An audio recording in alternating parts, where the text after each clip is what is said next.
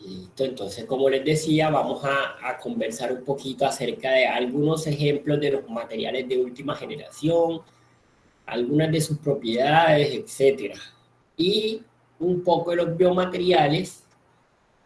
Entonces esa será nuestra introducción a la clase. Acerca de los biomateriales, pues trataremos de hacer una pequeña actividad también en clase, siempre como esta asignatura es un poco más teórica a lo que estamos acostumbrados, haremos una pequeña documentación y luego pues hablaremos de las pautas de nuestra próxima clase. Igual ya las tenemos, pero de todas maneras se las recuerdo pues para que no haya ningún tipo de duda o inconveniente. Entonces, para iniciar con nuestra sesión del día de hoy, empecemos hablando qué son los materiales de última generación. Me disculpan un momentico.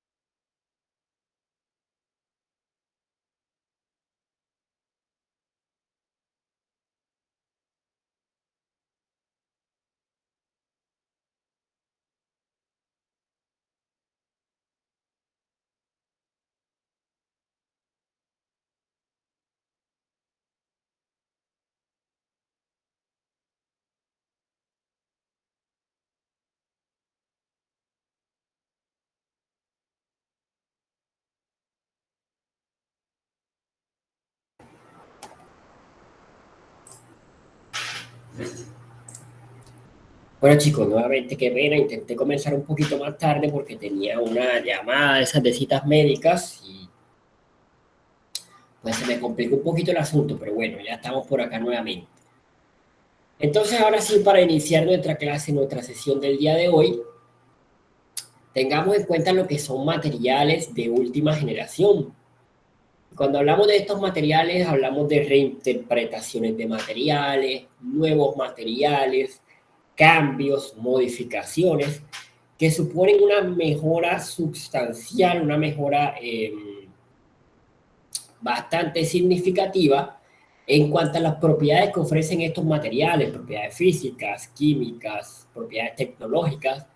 Incluso en la mayoría de casos, estos o estas mejoras de los materiales son imaginadas solamente en películas de ciencia ficción.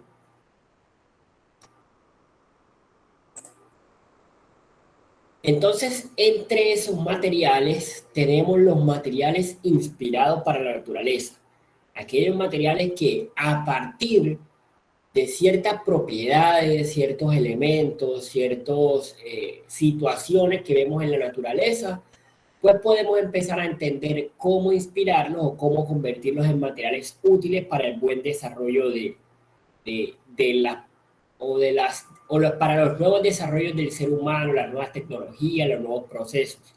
Entre eso, como vemos en pantalla, uno de los más comunes, quizá para hoy, ya no lo consideramos una innovación en materiales porque es un material bastante antiguo y es el popular velcro.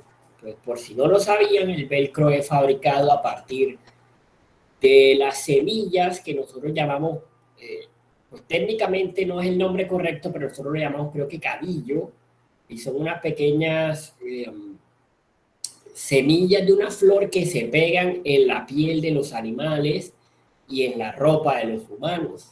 Y esta es su forma de reproducción, ella se pega y una vez pues se deshace o se despega en otro lugar, pues ahí se van generando una nueva plantación de esta planta o de este tipo de flores.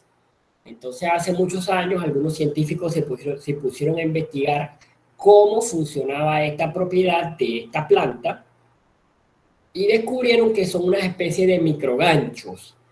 Y esos microganchos son los que aplican hoy por hoy en el popular velcro. Y es un material, pues hoy no es una innovación tecnológica, ni de materiales, ni de procesos, ni nada por el estilo, pero hace algunos años, en el momento que surgieron este tipo de materiales, pues eso era muy innovador, ya que generó una nueva forma de cerrar bolsos, ropa y todo este tipo de elementos. Entonces, a partir de ahí vemos cómo un elemento tan sencillo trajo un avance tecnológico de gran importancia, de alto significado, en el momento histórico pues, que se comenzó a desarrollar este material. Entonces, vamos a ver un pequeño video acerca de, digamos, de qué son este tipo de materiales exactamente, cuál sería su importancia.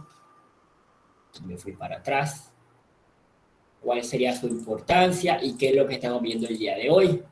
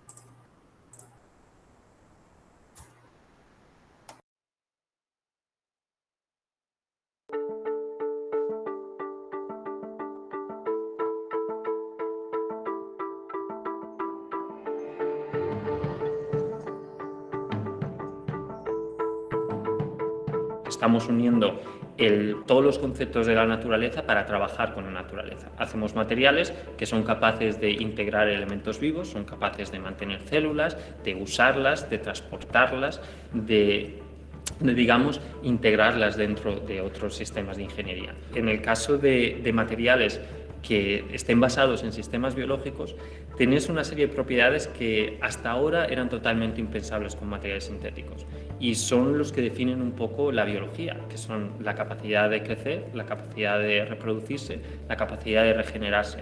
Entonces, con cemento lo que se está haciendo es que se está insertando dentro de las estructuras, se están insertando bacterias que son capaces de modificar y de reparar esas estructuras. Entonces, en el caso en que tú tengas una fisura, estas bacterias se alimentan de lo que tienen a su alrededor para poder reorganizar otra vez la estructura y cerrar esa fisura. Esos son sistemas que hasta ahora eran impensables, pero que en el momento en que empiezas a incluir conceptos de biología, empiezan a hacerse posible. Todos los estadios de la historia de la humanidad tienen un cierto material que permite y que hace avanzar la ingeniería y la tecnología de manera, digamos, principal. Y tienes materiales como, por ejemplo, la edad de piedra, ¿no? La edad de bronce, la edad de hierro, ¿no? Están definidas por qué material usamos para nuestra tecnología. Nosotros, si tenemos que definir un material para nuestro tiempo, sería o el silicio o el plástico. El problema que tenemos es, sobre todo con el plástico, es que ahora estamos viendo las consecuencias de haber usado este material en exceso, ¿no? Tenemos un material que la naturaleza no puede asimilar, que estamos usando para prácticamente todo lo que tenemos y que se ha convertido en elemento central de nuestro desarrollo y de nuestra sociedad. El plástico que estás usando en un avión, estás usando en un coche, ¿no? En realidad tiene sentido. En realidad el plástico en esos campos ha dado muchísimos beneficios. Ha bajado el peso de todas estas estructuras y eso se traduce en un menor consumo de gasóleo, por ejemplo. Pero en el caso de algo que está envuelto durante unas horas, igual unos días, tú vas a abrir y vas a tirar y lo estás haciendo con un material que va a durar miles de años en la naturaleza, ahí es donde estamos cometiendo un error. Nuestro objetivo con nuestros materiales es conseguir sustituir esas aplicaciones que son de un uso limitado y que tampoco se puede controlar dentro del sistema de reciclaje de países, sobre todo países en desarrollo. Yo creo que va a haber una revolución total en cómo nos estructuramos. Para empezar, yo creo que conforme vaya pasando el tiempo, vamos a pasar de esta tremenda globalización de la construcción de objetos y de movimiento de materiales a entornos mucho más locales que sean autosuficientes. El siguiente paso que estamos desarrollando ahora es la aplicación en impresión 3D, ¿no? El conseguir de manera local producir con los medios naturales de una región específica, el conseguir producir parte de las necesidades de esa región y crear un ciclo cerrado dentro de la región, que no necesites el construir millones de piezas en un único sitio en el mundo y después distribuirlas, sino que puedas fabricar in situ lo que necesitas y teniendo en cuenta qué es lo que tú tienes alrededor. Lo que hacemos con la impresión 3D es que ahora tenemos una herramienta para poder colocar células en determinados sitios. Entonces, cuando ya estás construyendo un órgano, ya no estás simplemente poniendo células que esperas que ellas se organicen y que te den resultado a un órgano funcional, sino que ahora puedes poner la que tú quieres donde tú quieres. Nosotros tenemos una tecnología que se llama micromasonry, que es como microalbañilería, ¿no? Que consiste en esto, en hacer pequeños cubos de una décima parte de milímetro, ¿no? Para colocarlos en el espacio e ir formando estructuras con ellos. Entonces ya puedes poner las células donde deberían estar. Sigues teniendo un proceso de desarrollo y de que tengan que terminar de juntarse, ¿no? Pero aún así ya tienes la configuración espacial hecha. Esto también se junta un poco con la impresión en 4D, que se llama, ¿no? Que son materiales que dependiendo del entorno en el que están, ¿no? Cogen una configuración o cogen otra. Esto, por ejemplo, es muy claro en el caso de los girasoles, ¿no? Los girasoles siguen una rotación del Sol dependiendo de dónde está, ¿no? Y lo hacen sin ningún tipo de idea o de cerebro. Ellos simplemente están construidos de una manera que dependiendo de dónde les dé los rayos del Sol son capaces de orientarse siguiéndolo. Entonces, este es el tipo de información que tú puedes meter en materiales, es el hacerlos inteligentes sin necesidad de que tengan lo que nosotros entendemos como un proceso de razonamiento. Me gustaría ver edificios que sin tener un proceso intelectual o racional claro sean capaces de adaptarse y de crecer.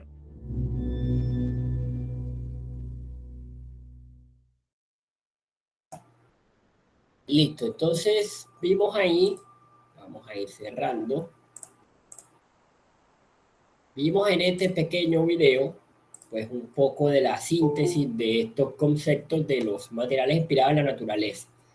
Para diferenciar, vamos a poner nuevamente nuestra presentación. Cabe recordar que hay que hacer diferenciación entre lo que son biomateriales, materiales inspirados en la naturaleza y biomímesis.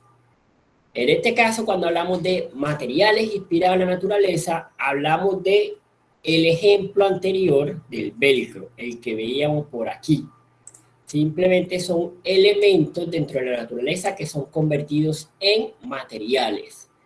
Cuando hablamos de biomateriales, son aquellos materiales compatibles con células y organismos vivos. Ya hablaremos un poquito al final de la clase acerca de esos biomateriales.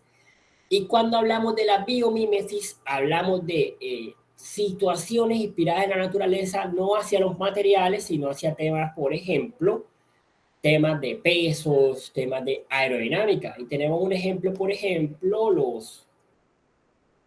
los trenes estos japoneses que están inspirados en los picos de las aves. Al ser los picos de las aves de los elementos más aerodinámicos de la Tierra, pues esa misma forma se aplicó a este tipo de trenes y eso hace que sean mucho más rápidos y mucho más económicos en cuanto al consumo de combustible, al ejercer menos resistencia al tiempo. Entonces tengamos claridad de que cada elemento es diferente. Tenemos también, bueno, ya vimos por acá el video. En el video hablaban algo acerca de la impresión 4D. Y básicamente la impresión 4D es pasar de las 3 dimensiones que nos ofrece la impresión 3D, valga la redundancia, a una cuarta dimensión. Y esta cuarta dimensión de la que hablan los avances o los desarrollos tecnológicos hace referencia a la propiedad de este tipo de impresiones para adaptarse a cambios en el ambiente. Por ejemplo, cambios de temperatura, cambios de pH, humedad.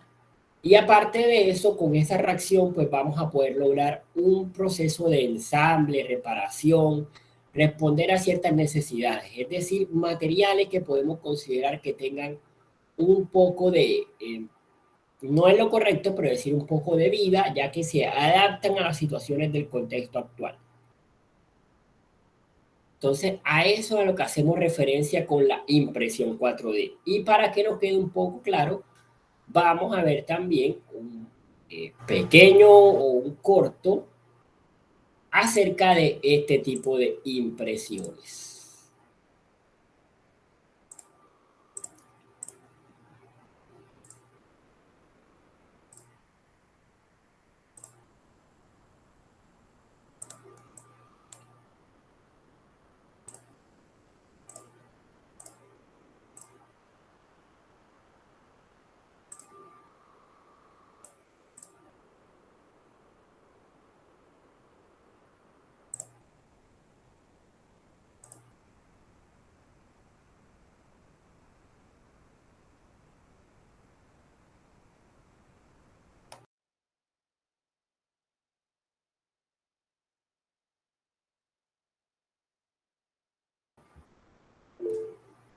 Si ya me di cuenta, no hay sonido, debe ser la forma como estoy compartiéndolo.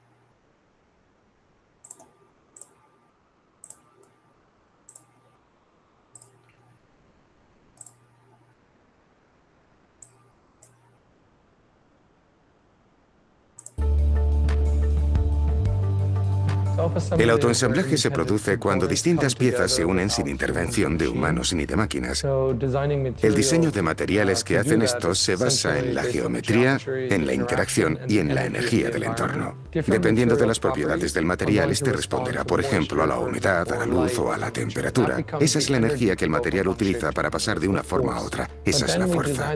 Diseñamos la geometría como una trama, que será el código geométrico. con espacios, ángulos, juntas, y ese código geométrico le dice al material cómo doblarse 90 grados, 45 grados, que se enrosque, que se retuerza o se pliegue. La geometría, que es la que contiene la información, se combina con la energía para transformarse. La impresión 4D consiste en coger la impresión 3D y añadirle el elemento temporal. Se imprime algo en 3D y después cambia su forma y sus propiedades a lo largo del tiempo. Estamos poniendo en tela de juicio la idea de que la impresión 3D sea el final del ciclo. En realidad es el principio. Una vez imprimes un producto, es el principio de su vida y puede transformarse, evolucionar, convertirse en muchos productos distintos y tener todo un ciclo vital después de impreso. Los materiales programables nos permiten tener productos más inteligentes. Esos productos pueden fabricarse de formas novedosas. Puedes coger algo que sea plano como una sábana y luego puede transformarse en el producto sin tener que forzar el material para que adopte una forma determinada. Se pueden hacer nuevos embalajes inteligentes que al enviarlos protejan el producto. O el embalaje podría convertirse en el producto, por ejemplo. El propio producto también puede ser más inteligente, así que podemos tener ropa que se transforme según la temperatura corporal o la humedad. También coches, aviones y muebles que se adapten a ti, que sean más cómodos, que corrijan tu postura o que se monten a sí mismos, por ejemplo. Hace poco realizamos un proyecto en el que nos centramos en la electrónica de consumo, en móviles concretamente. La fabricación de las carcasas está bastante automatizada con el moldeado de inyección y la fabricación de los componentes electrónicos está automatizada con robots, pero el ensamblaje manual de ambos es lo que acaba costando más tiempo y dinero. Así que demostramos que puedes coger carcasas y componentes electrónicos y darles vueltas en una cámara mezcladora para que se unan y formen móviles totalmente funcionales. Si podemos eliminar nuestra dependencia en los dispositivos electromecánicos, en el combustible, la electricidad, la hidráulica y la neumática, todos estos mecanismos pesados y con tendencia a fallar, entonces podremos alcanzar el futuro inteligente que queremos. Podremos tener materiales que responden a nosotros y al entorno con elegancia y simplicidad, y sin utilizar un montón de dispositivos y un consumo masivo de energía. Vodafone One.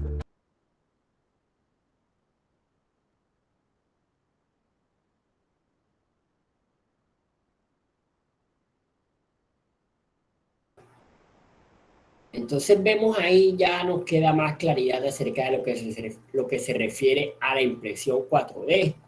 Es una nueva tecnología que, como dicen por acá sus compañeros, parece bastante interesante. Imagínense la cantidad de aplicaciones que podríamos llegar a desarrollar con ese tipo de materiales, con ese tipo de tecnologías. Entonces es bastante interesante cómo se empiezan a desarrollar o cómo empezamos a pasar de la impresión 3D, simplemente una impresión que tenga alto, ancho, profundo, para hacer la 3D, a pasar a una impresión 4D. Ya, obviamente, digamos que esto hablamos de países un poco más desarrollados. Para nosotros apenas todavía está haciendo una innovación la impresión en 3D. Apenas es que estamos conociendo cómo se hace, cuáles son sus propiedades, cuáles son sus beneficios y cómo poco a poco van surgiendo negocios que están haciendo este tipo de impresión. Dentro de algunos años, pues creo que ya podemos tener el tema de nuestra impresión 4D, que nos llegue acá y podamos palparlo de buena manera, hacerlo de mejor manera. Entonces, vamos aquí a ver pues, los siguientes materiales dentro de nuestra lista. Y tenemos, de esto ya hemos conversado un poquito, pero tenemos dentro de los concretos, tenemos diferentes tipos de concretos que nos hacen diferentes tipos de propiedades. Entonces tenemos los concretos de alto rendimiento, alto desempeño, que mejoran o superan las propiedades y son la constructibilidad del concreto convencional. En este caso, pues es básicamente el mismo tipo de concreto, sino que las propiedades o las cantidades son mezcladas en un porcentaje específico, cuidadosamente seleccionado. Entonces la mezcla es completamente homogénea y nos permite generar materiales como el concreto translúcido. Como ya lo comentamos en una de nuestras clases anteriores, el concreto translúcido es más liviano que el concreto tradicional, un poco más resistente. Su principal propiedad es la capacidad de dejar pasar la luz y mejora sustancialmente los acabados. Ya sabemos que el concreto, pues una vez fabricado, el concreto convencional, el concreto tradicional, pues nos quedamos con una placa que toca hacerle recubrimiento, repellar, que llamamos nosotros, pintura, etcétera. Con este tipo de concreto, pues ya nos ahorramos un costo alto en cuanto a los materiales de los acabados. Tenemos elementos dentro del concreto como el concreto autorregenerable. Esto tiene un poco acerca del concepto de los biomateriales. En este caso, biomateriales porque lo que se usan son pequeñas bacterias que se introducen dentro del concreto. Estas bacterias están encapsuladas, es decir, están inactivas, pero una vez el concreto se agrieta, que empieza a entrar la humedad por esa grieta, se rompe la cápsula de las bacterias y estas bacterias empiezan a resellar nuevamente la grieta. Entonces son autorreparables a partir de unas bacterias que realizan este proceso.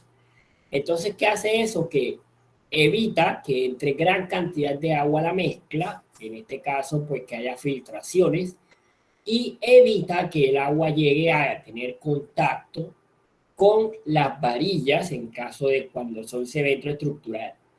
Entonces, al no tener contacto el agua con las varillas, pues disminuimos el tema de oxidación.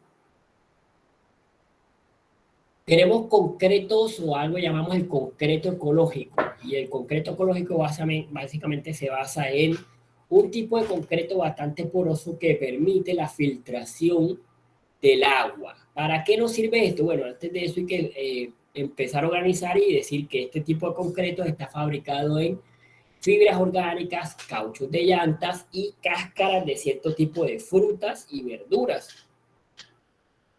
Entonces, una vez se usa este tipo de concreto o termina su vida útil, el concreto es fácilmente reutilizable para la fabricación de más del mismo material. Entonces, ¿cuál es su propiedad? Vamos a verlo por aquí. Es un concreto que permite el paso del agua y a su vez la filtración. Entonces, ¿qué sucede? Obviamente esto es para otro tipo de aplicaciones, no podríamos aplicarlo de pronto para hogares, sino una aplicación más como para parques, aplicaciones exteriores. ¿Qué sucede? Al caer el agua lluvia, el concreto ecológico deja pasar ese agua lluvia, la filtra en caso de que venga con algún tipo de impurezas y una vez filtrada, ese concreto pasa a las capas subterráneas de la tierra y puede ser o puede funcionar como abono o sistema de crecimiento para plantas y animales de esta zona. ¿Eso qué hace? Que evita que las aguas contaminadas lleguen a alcantarillas y terminen pues contaminando mares y océanos. Entonces dentro de eso surgen los concretos ecoamigables, por decirlo así. Dentro del tema de las maderas tenemos una que es la madera translúcida, también la comentamos anteriormente por acá. La madera translúcida tiene las mismas propiedades que la madera convencional, a diferencia que esta permite el paso de la luz. Entonces, esto ayuda mucho en temas, por ejemplo, de fabricación de vidrios y ventanas. Ya no se usaría vidrio, sino este tipo de maderas que van a hacer la casa un poco más fresca e igualmente van a dejar pasar la luz. Tiene las mismas propiedades de la madera convencional. Igual se puede lijar, pintar, estucar, pero la necesidad o al momento de pintarla, pues perdemos la principal propiedad que es dejar pasar la luz de este tipo de maderas. Tenemos otro elemento dentro de las maderas que es algo que se llama la supermadera. Y esto básicamente es que se le quita el pegante natural a la madera o se le quita una gran porción del pegante natural que es la lignina. Y al quitarle este es reemplazado por un pegamento, digamos, industrial entre las células de este tipo de maderas. Luego se comprime con el calor y esto genera una madera con mucho menos volumen, una madera mucho más resistente, mucho más dura. Incluso se dice que es más dura que algunas aleaciones de titanio es tan fuerte como el acero, pero es mucho más liviano. Se puede comparar incluso con materiales como la fibra de carbón, pero mucho más económico. Es una madera, al ser madera, es un recurso renovable, porque igualmente es extraído de los árboles, y su proceso de fabricación es un proceso de fabricación limpio que no afecta demasiado el medio ambiente. Entonces vemos aquí que es una madera mucho más gruesa, digamos que se ven las capas como si fuera un aglomerado, pero da mucha más resistencia. Imagínense nosotros tratando de construir este tipo de estructuras con madera tradicional, pues tendríamos que ponerle bastante pegamento y bastante clavos y diferentes tipos de ensamble, pues para que se pueda sostener. Con esta supermadera el material o la estructura queda lo suficientemente sólida para autosostenerse. Entonces también surge la madera de periódico, el newspaper wood, también llamado pues en inglés, y es básicamente una madera fabricada a partir del papel periódico. Es una especie de MDF. Todos sabemos que el MDF es fabricado a partir de cartón y papel, de pegues de cartón, de capas de cartón y papel. En este caso se hace a partir del periódico. Y el periódico lo que hace es que las vetas de la tinta generen, o la tinta, la forma de la tinta, generen una simulación de las vetas de la madera. Entonces es un material altamente ecológico por la gran cantidad de periódicos que se fabrica en el mundo. Se está usando pues ya se está usando este periódico que se fabrica pues ya para producir un material mucho más funcional. El material o se van pegando las capas y el material con que se pegan, el pegamento, puede ser retirado para ser usado nuevamente este tipo de periódicos para la producción de nueva madera. Y igualmente puede ser tratado como madera tradicional, pintado, lijado, sellado, cortado, pulido, etc. Entonces tenemos también materiales que son extremadamente fuertes, extremadamente resistentes, extremadamente duros, pero disminuyen sustancialmente el peso del producto. Y en ese caso tenemos algo llamado la espuma de titanio. La espuma de titanio es un material derivado del titanio, en este caso es un titanio poroso, que básicamente lo que hace es permitir que el peso del material sea el mínimo sin perder el tema de la resistencia.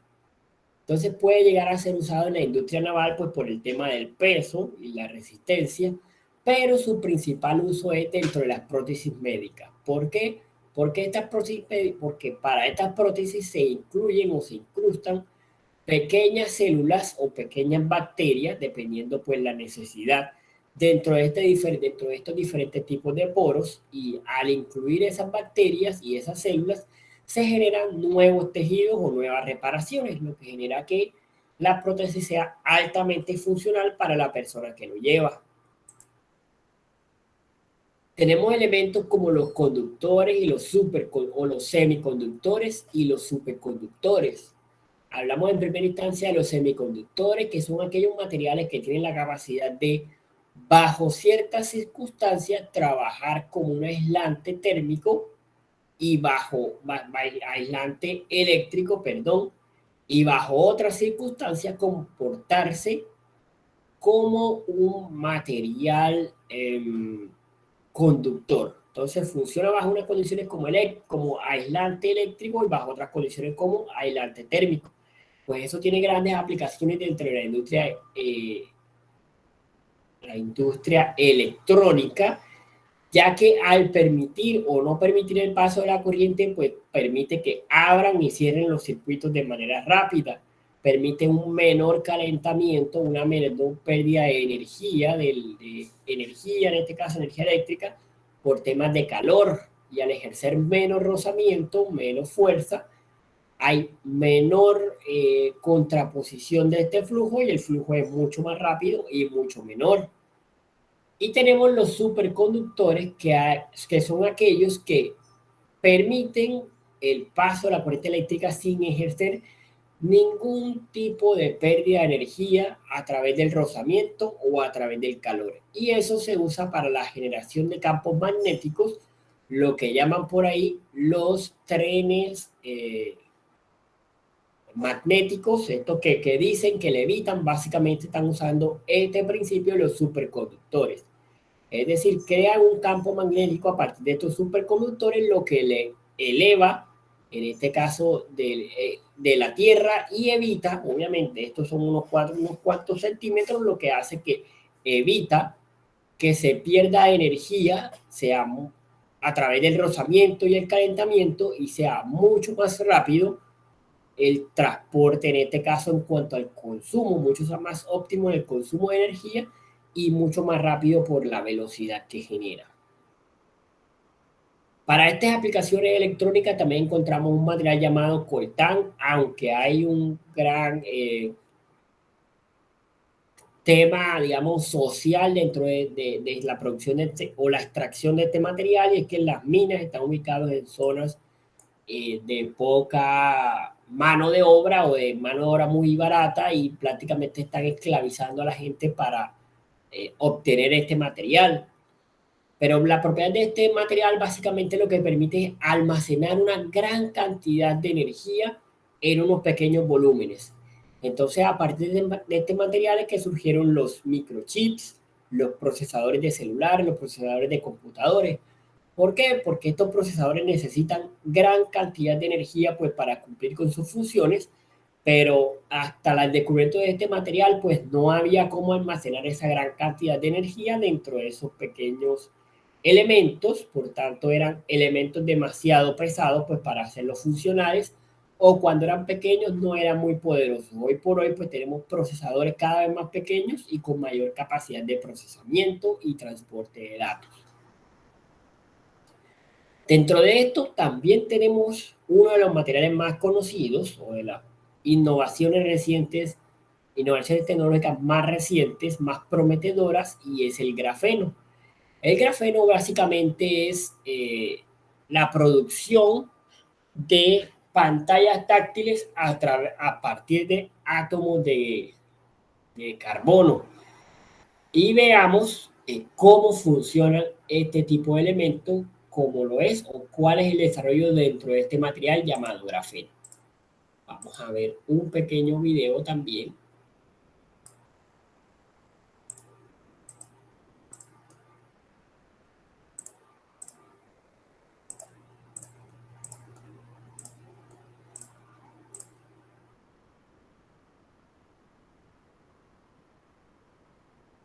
Se ha descubierto un material que puede revolucionar el futuro de la humanidad. Si no conocías el grafeno, te aseguro que no lo olvidarás. El grafeno es un material que proviene del grafito, el mismo con el que se crean las minas de los lápices. Y como la mayor parte de descubrimientos, el grafeno apareció casi por casualidad. Resulta que para obtener el grafito más puro, los investigadores solían pegar una cinta celo y arrancarla. Hasta que un día uno de ellos decidió analizar qué restaba en esta cinta. Y al verlo se dio cuenta de que ahí yacía un nuevo material compuesto por átomos de carbono e hidrógeno ordenados en forma de panel de abeja, lo que hace que tenga unas impresionantes características. Alta conductividad térmica y eléctrica, alta flexibilidad y dureza. El grafeno es 200 veces más duro que el acero e incluso más duro que el diamante. Resistencia. El grafeno es el material más resistente del mundo. Una gran ligereza, como la fibra de carbono, pero más flexible. Es transparente. Menor efecto Joule, se calienta menos al conducir los electrones. Gracias a sus increíbles características ya se van conociendo algunos de sus usos y de sus funcionalidades, aunque está claro que en el futuro aparecerán muchas nuevas. En breve, los procesadores serán mucho más rápidos que los actuales. A día de hoy los procesadores suelen perder energía en forma de calor, pero gracias a las características del grafeno se podría aprovechar esta energía para mejorar su rendimiento, y al no calentarse tampoco bajaría su rendimiento con el paso de las horas. Para que os hagáis una idea, los procesadores de silicio a día de hoy pueden alcanzar una potencia de 40 GHz, mientras que si reemplazamos el silicio por el grafeno se podría llegar incluso a alcanzar los 1000 GHz de potencia. Nada más y nada menos que 25 veces más potente. Con el grafeno también se podrían crear pantallas flexibles y transparentes. Estas estarían compuestas, por un lado, por una capa luminosa de tecnología OLED que mostraría la imagen, y por el otro por una lámina de grafeno que protegería esta capa y que se encargaría de reconocer nuestras indicaciones táctiles. Entonces, ¿se podrían fabricar unas lentillas de realidad aumentada? Por otro lado, el grafeno podría ayudar a desarrollar un nuevo tipo de baterías que aumentaría por 10 su capacidad y su velocidad de carga respecto a las baterías actuales. De este modo, aumentará considerablemente el tiempo de uso de nuestros dispositivos. Actualmente, las cámaras convencionales captan la imagen mediante un sensor que se encarga de convertir la luz que llega en señal digital. Ahora, gracias a la sensibilidad del grafeno, podríamos conseguir sensores capaces de captar una imagen con mejor calidad en condiciones de poca luz.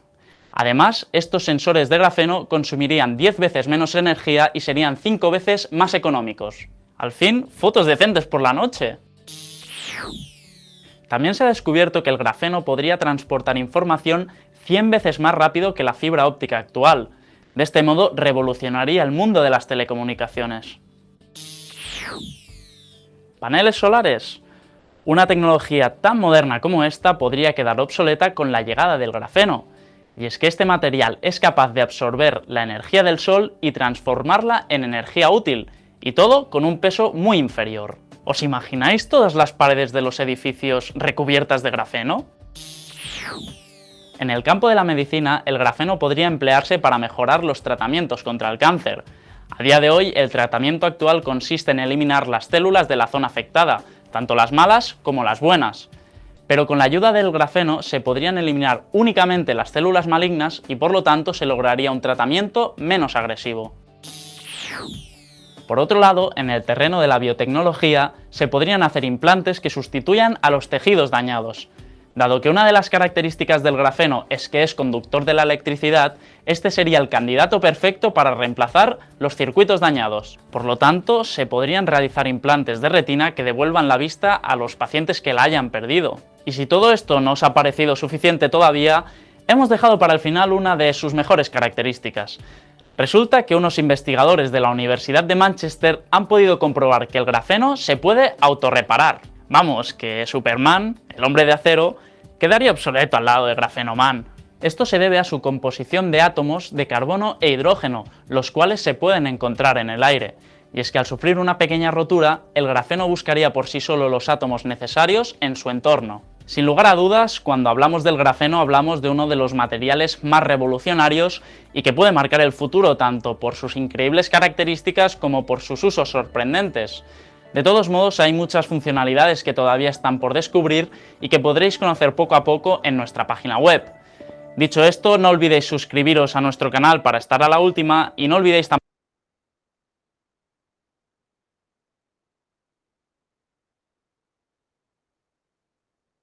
frío en la parte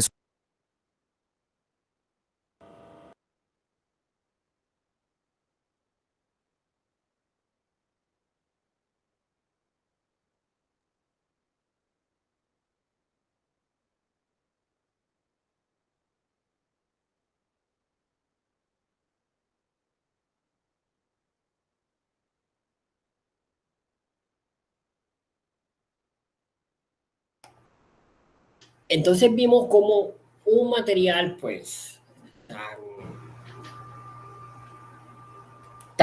digamos, en este caso, tan coincidente en el tema de cómo lo descubrieron, pues qué tan altas propiedades tiene y qué tantos usos de aquí a algunos años, pues será el material revolucionario de nuestro tiempo. Dentro de estos tipos de materiales, también, digamos, materiales de alta tecnología, tenemos algo llamado el aerogel. El aerogel básicamente es un material extremadamente ligero, pero con grandes propiedades, en este caso térmicas. Y veremos también un video, en este caso pues no lo veo completo porque es un video más o menos de unos 15 minutos, entonces solamente veremos algunos aparte pues para entender alguna situación de cómo funciona este material.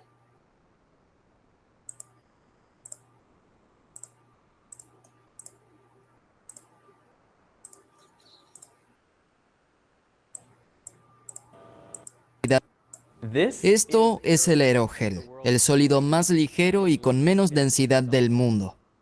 Esta pieza tiene una masa de solo 1.22 gramos. Posee tan solo algunas veces la masa del mismo volumen de aire, lo que tiene sentido porque es 99.8% aire. De hecho, algunos aerogeles son tan livianos que si extraemos el aire, serían menos densos que él. Hace mucho que estoy fascinado por los aerogeles y viajé a la empresa que los fabrica en Boston para averiguar por qué se inventó el aerogel, de qué está hecho, por qué es tan buen aislante térmico y para qué se utiliza. Bien, intentaremos un experimento para demostrar el poder de aislación del aerogel y por aquí tenemos dos dispositivos, uno con una placa de Petri de vidrio y otro con aerogel por encima. Ambos están hechos de sílice, pero con estructuras físicas muy diferentes. Veremos cuánto demora en derretirse este conejo de chocolate con un mechero Bunsen. Para ver este experimento tenemos una FLIR T1020 que puede ver temperaturas superiores a 2000 grados Celsius. Parece que está muy caliente. Sí, puedes ver que el vidrio realmente se está calentando. Y tan solo después de un minuto. Comienza a humear. Oh, ok. Definitivamente se está derritiendo y humeando. Oh, sí, aquí vamos. Diría que es la fase de cambio. El chocolate se vuelve líquido, el conejo está humeando. Por aquí, de hecho, el conejo está derritiéndose y mira, ahí se está inclinando. Bien. Creo que podemos decir que está derretido. ¿Qué es eso? Oh, justo a tiempo. Diría que cumple la teoría del fallo. No solo se derritió rápidamente, sino que la placa de Petri se rompió por la expansión térmica. Ahora intentemos con aerogel. Entonces, ¿cómo se inventó el aerogel? En 1931, un profesor llamado Samuel Kistler hizo una apuesta con un colega, Charles Lerner. La apuesta giraba en torno a las gelatinas, como la de maní o la de cerezas. Lo que sucede es que las gelatinas son, de hecho, una combinación de líquidos y sólidos. Es decir, en su mayoría son líquidos, pero se insertan dentro de esta estructura 3D sólida. Si piensas en un gel como la gelatina, tiene una estructura con nanoporos que le da la rigidez, y es el 1% del gel. La apuesta era así.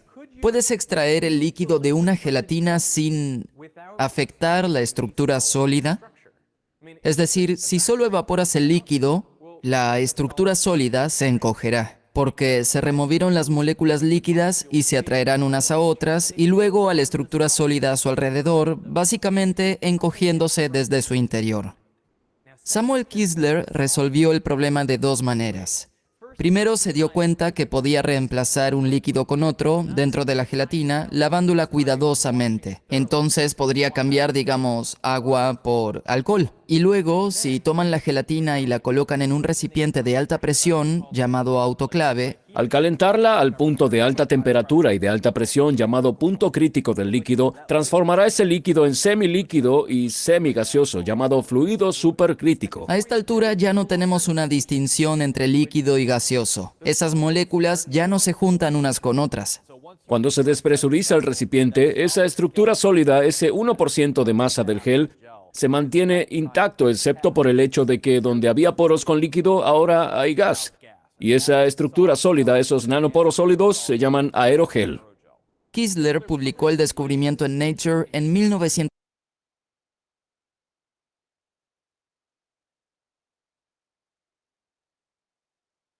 Conejo debajo del aerogel y veremos cuál es la temperatura de la llama. Puedes ver que partes del conejo están comenzando a calentarse, pero no la base, sino alrededor del conejo.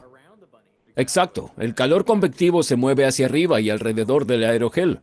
Y puedes verlo como se pone rojo. Y a los 4 minutos, el conejo está un poco blando. Pero aún está muy bien, considerando lo fácil que es derretirlo. ¿Puedo poner mi dedo ahí? Ten cuidado. No está caliente, está frágil. Correcto. Pero sí, se puede tocar. Sí, solo está tibio al tocarlo. Él creó aerogeles con todo tipo de cosas. Los creó con huevos, los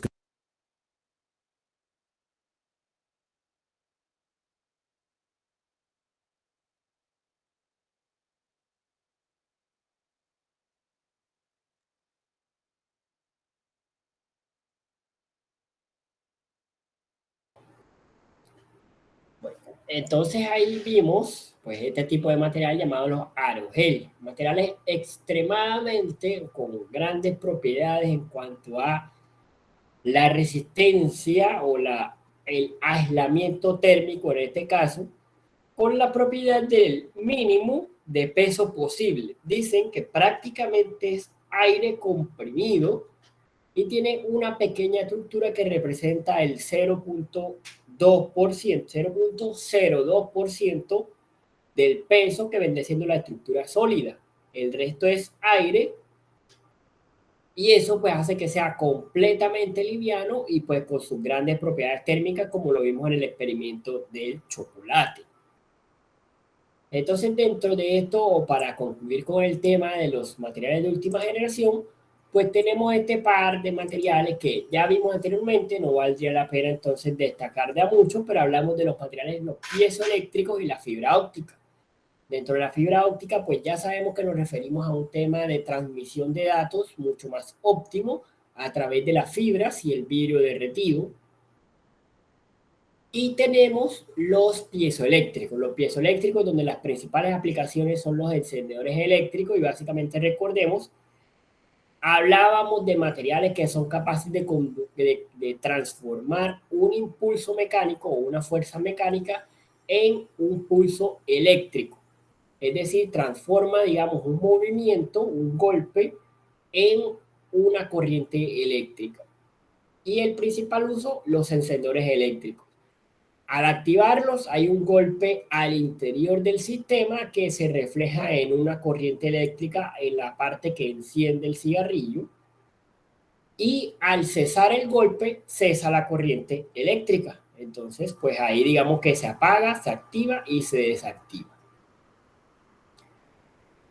Entonces, para continuar, pues tenemos el tema de los biomateriales. Ya ahí vimos pues cuáles son los principales materiales o algunos de los materiales que podemos considerar materiales de última generación dentro de nuestro tiempo. Igual yo les compartiré todos los links que usamos para ver los videos el día de hoy. Y tenemos entonces aparte los biomateriales que como les dije son materiales naturales o sintéticos que deben interactuar con los sistemas biológicos y en este caso ayudan a interactuar, evaluar, tratar, aumentar, reemplazar algún tejido, órgano o función del cuerpo. Y tenemos un ejemplo claro que son los stents cardiovasculares o los stents cardíacos.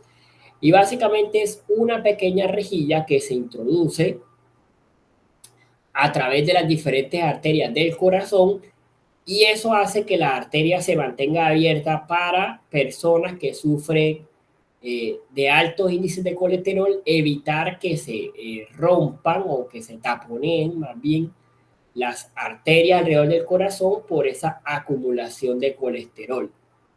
Entonces, básicamente para esto se usa un pequeño stent cardíaco. Es una operación que se introduce esta rejilla que mantiene abierta las venas alrededor de las arterias y venas alrededor del corazón. Entonces, este tipo de tejidos o este tipo de materiales deben ser obviamente confiables y fisiológicamente compatibles, biocompatibles. ¿Qué quiere decir eso? Que el cuerpo no los vaya a rechazar. ¿Por qué? Porque si introducimos en este caso un cuerpo ajeno dentro de nuestro cuerpo, por así decirlo, pues nuestro cuerpo va a detectar que es algo que no es parte de él y va a empezar a generar células blancas para eliminarlo. Eso puede crear ciertas complicaciones de salud dentro de las personas.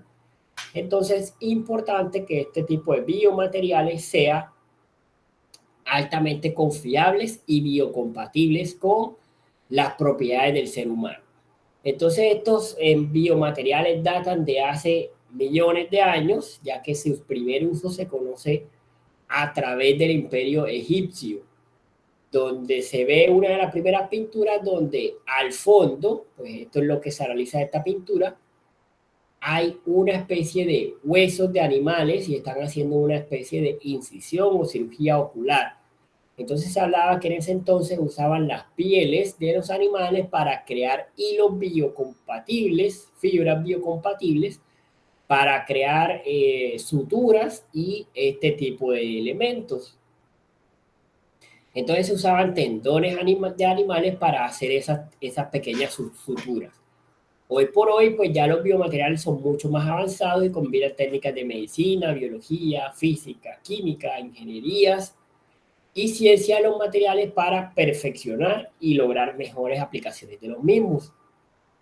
Dentro de estos biomateriales encontramos pues 3 tipos de materiales: cerámicos, metálicos y, pues bueno, ahorita veremos el otro. Entonces, dentro de los cerámicos son aquellos materiales que no necesitan, biocompatibles obviamente, pero que no necesitan demasiado esfuerzo o necesitan soportar demasiado esfuerzo mecánico. Entonces tenemos dentro de esos materiales los cerámicos o los biomateriales cerámicos no absorbibles o inertes, es decir, aquellos que se mantienen o que mantienen sus propiedades físicas una vez introducidos en el cuerpo, y tenemos en el caso para las prótesis dentales cuando estos tornillos muchas veces son fabricados de materiales cerámicos. Entonces esa cerámica es introducida al cuerpo y ahí permanece. Entonces sirve cuando son implantes en especial de apoyo no estructural, cuando son, por ejemplo, placas óseas, tornillos y tubos de ventilación o dispositivos de esterilización. Dentro de esos materiales, biomateriales cerámicos, también encontramos los materiales absorbibles, que son aquellos que al introducirse en el cuerpo se degradan dentro del cuerpo y se convierten en parte del tejido natural del mismo. Entonces, estos se usan dentro, por ejemplo, de las cirugías de oído medio, para rellenar defectos óseos y para recubrir implantes, en este caso para que se recubre implantes para que el cuerpo no lo detecte como un cuerpo o un tejido extraño y no vaya a atacarlo, sino que simplemente se recubra con un material absorbible que se hace parte del cuerpo, y de ese modo el cuerpo detecta este tipo de implantes como parte de su cuerpo. Tenemos los biomateriales metálicos, que en este caso sí son los que necesitan soportar grandes cargas. Por ejemplo, las prótesis de cadera y en este caso las de rodilla. A veces, pues ya con el tiempo, la rodilla o el líquido de la rodilla se va desgastando, lo que produce la llamada artritis o artrosis. O artritis y artrosis son 2 tipos de enfermedades. Entonces, en este caso, pues toca reemplazar las articulaciones de la rodilla o la cadera. Y al ser estas 2 partes, pues necesitan alta resistencia mecánica, es decir, están expuestas a grandes esfuerzos del cuerpo humano. Y tenemos por último los biomateriales, en este caso los biomateriales poliméricos. Los biomateriales poliméricos se usan ampliamente en el tema de las prótesis,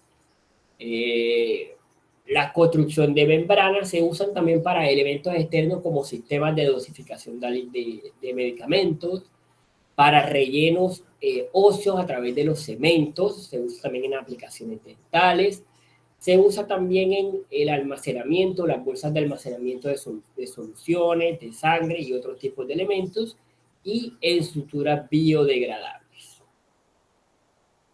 Listo, chicos, entonces hasta ahí nuestra parte teórica de la clase del día de hoy. No sé si tienen alguna pregunta antes de pues, pasar a hacer una pequeña retroalimentación del tema, pues para que nos quede un poco más claro.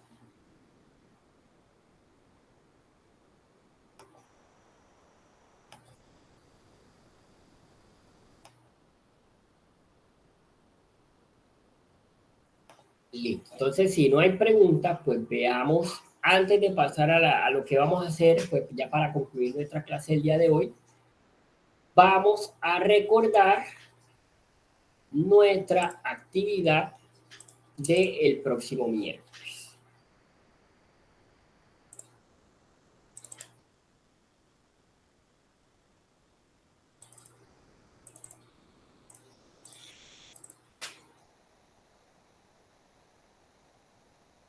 Para nuestra próxima clase del día miércoles, pues ya sabemos que vamos a hacer, digamos, la primera parte del parcial. Básicamente tenemos claro que para el parcial vamos a construir un pequeño cubo de unos 8 centímetros.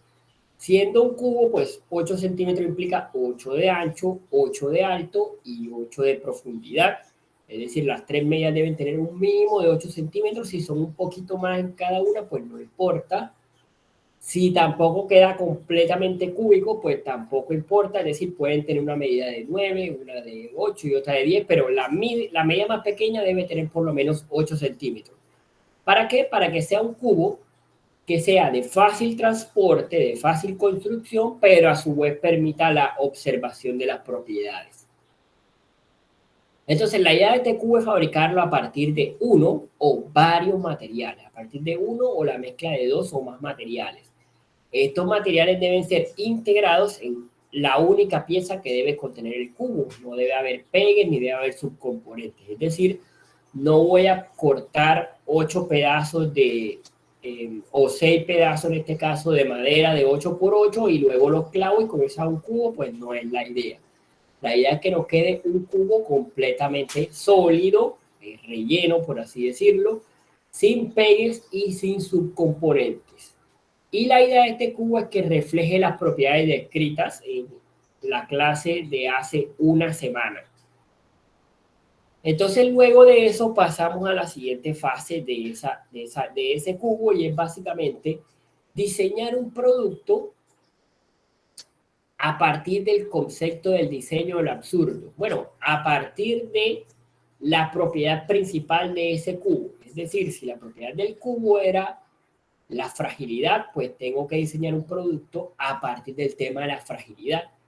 Pero esa propiedad debe ser aplicada bajo la premisa del diseño del absurdo, es decir, diseños que se salen fuera de lo común. No vamos a solucionar una necesidad o vamos a solucionar una necesidad de la peor manera posible.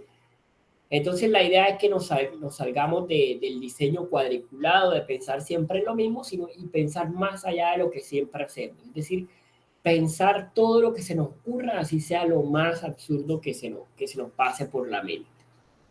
Entonces la entrega constará de los cubos de manera física y su demostración.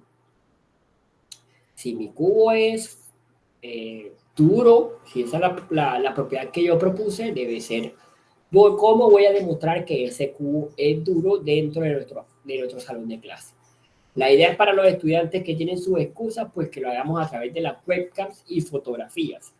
Si todo el grupo tiene excusas, pues listo, no hay problema. Si algún estudiante del grupo puede asistir, pues lo mejor es que lleve los 3 o los 2 o los cubos necesarios para la actividad y haga la demostración el día miércoles del parcial.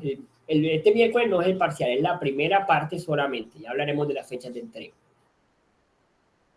Entonces ya sabemos el cubo y la demostración. Y aparte debemos tener un material audiovisual, es decir, cualquier tipo de presentación, video, diagramación, infografía, lo que queremos, donde se haga análisis, experimentación, proceso de producción, principios, hipótesis, teorías, todo lo que use para la elaboración del cubo y la propuesta detallada para el diseño del producto. Esa sería nuestra entrega final de este segundo corte. La vamos a dividir en dos partes. La primera, que va a ser el miércoles pasado mañana, y básicamente es decir, profesor, yo voy a construir un cubo a partir de la dureza, o mi cubo va a representar el tema o la propiedad de la dureza, y lo voy a hacer a partir de la unión de A y B material. Lo voy a hacer con un aglutinante, o voy a usar tal material, voy a hacer tal elemento. Planear qué es lo que voy a hacer. En este caso no vamos a hacer revisiones de la propuesta de diseño del producto. ¿Por qué? Porque básicamente la idea es, primero, generar la expectativa de eso, y segundo, como no va a ser una necesidad real que vamos a solucionar, o vamos a solucionar una necesidad de la peor manera posible en este caso, pues la idea es guardar ese elemento sorpresa para la entrega del día miércoles 13 de octubre, creo que es la fecha de los parciales. Aquí está, sí, miércoles 13 de octubre. Entonces ese día se hará la presentación de los resultados, es decir, la presentación de los 3 cubos o de los 2 cubos, dependiendo del número de estudiantes de cada grupo, la presentación con la diagramación o la infografía que usemos para presentar esas propiedades y ese producto, y la demostración en vivo de cada uno de esos materiales. Tenía una pregunta, alguien me preguntó por acá.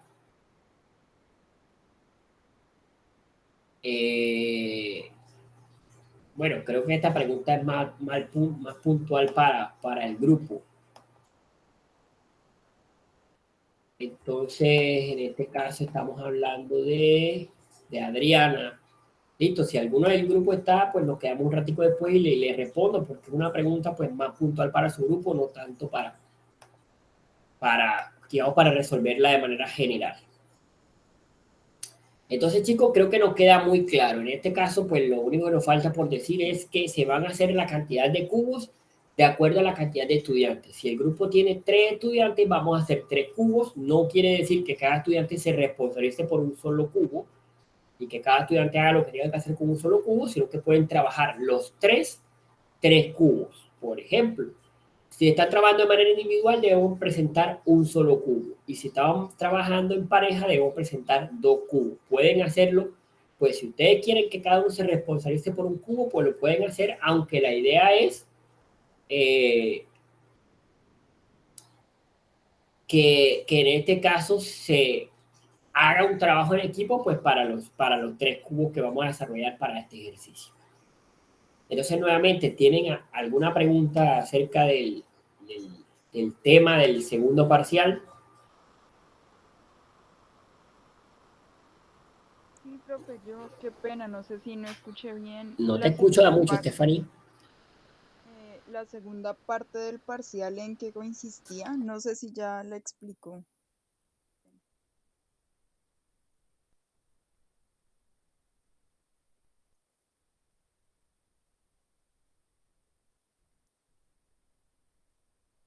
¿Me escucha, profe? Háblame ahora. Profe, Stephanie le pidió que le repitiera la segunda parte del parcial.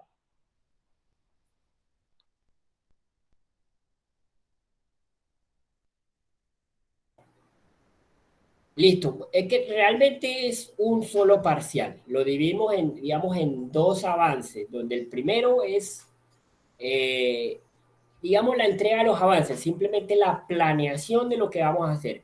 Profesor, yo voy a construir un cubo que es frágil y lo voy a hacer mezclando tal y tal material y lo voy a construir de esta forma.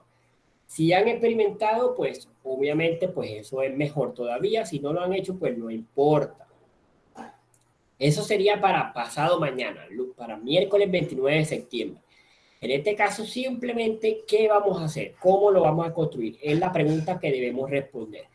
Si quieren enviar una presentación, pues lo pueden hacer. Si lo tienen todo escrito, todo lo quieren hablar, pues igual lo hacemos. La idea es que llevemos planteado cómo vamos a resolver el ejercicio. Y la segunda parte sería ya la entrega final, que es donde tenemos que entregar todos estos elementos. El cubo de manera física, pues para los estudiantes que podemos asistir. Los que no pueden, pues listo, lo hacemos a través de webcams y fotografías. Sacamos un espacio después que trabajemos con los que están de manera presencial. Pero la idea es que si en el grupo por lo menos una persona puede asistir, o una persona no mandó carta, debería asistir y presentar esos cubos. En caso tal, pues se ponen de acuerdo y esa persona va a la casa de donde tienen los cubos y recoge los 3 cubos y los lleva a la universidad ese día.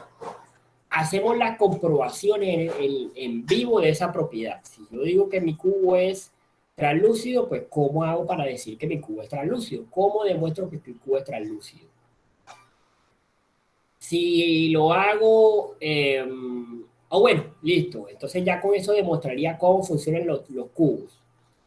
La siguiente parte del ejercicio, pues una presentación con todos los elementos que usaron para elaborar, diseñar o desarrollar el cubo. En este caso, si experimentaron, qué procesos de producción usaron, qué materiales usaron, cuáles fueron los principios, las hipótesis, las teorías que propusieron para poder elaborar y pues lograr el resultado. Y en esa misma presentación, una propuesta detallada del diseño del producto. Entonces recuerden que el diseño del producto se basa en tomar la propiedad o la propiedad de uno de los 3 cubos que hicieron. Si hicieron uno solo, pues esa propiedad solamente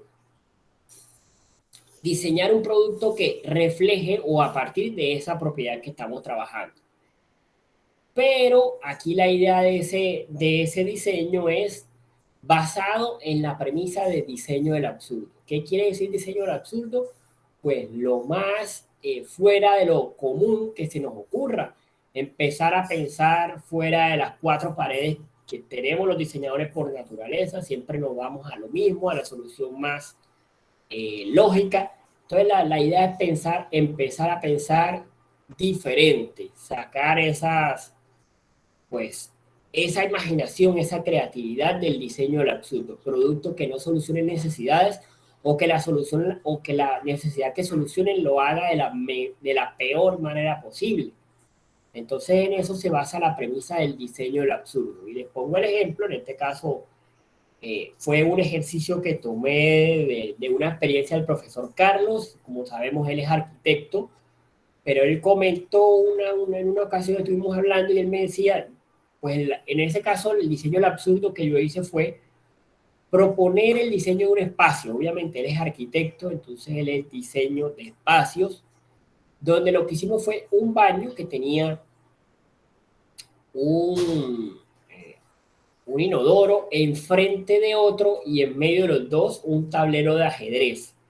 Entonces empezamos a pensar qué función cumple obviamente esto es lo más absurdo, poner en un baño un ajedrez especialmente frente de dos inodoros. Uno se pone a pensar, pues, ¿qué estamos haciendo? Realmente esto es lo más loco que he escuchado, esto no va para ningún lado. Pues esa es la idea, que nosotros elaboremos productos basados en esas hipótesis, pues completamente